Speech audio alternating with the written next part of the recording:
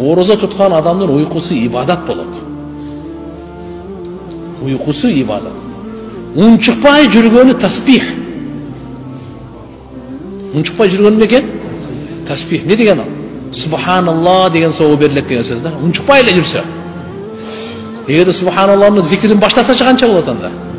Анда совсем башкача. Түшүндү? Уйкусу не экен? Ибадат. А эгерде ибадат кылсачы? Аллаху акбар. Күн сайын дуасы кабыл болот. Периштелер күнөөсүнө кечирим сурайт. Ораза туткан кишигечи. Таң аткандан күн батканга чейин 70 000 периште сурайт сиз үчүн. Ya Allah, şu oruza tutan günösün geçir. Ama biz bir ustazdan dua alabız, şeyhten dua alabız, alımdan dua alabız, Kabe'nin imamından dua alabız, öyle жүрüyoruz mi? Ama kiçine böyle, köp olsa böyle 30 sekund Allah dep koysak ömür boyu baktılıyız. Ama bu жерде периштени duaga salıp koydunuz, erte menen başlagan kechke чейин. Айтып коесуз аларга, силердин ишиңер төркө мага дуа кылып. Men oruza niyet kıldım, все, men uktayım deysiz, ibadattın sonra жазыла берсин deysiz.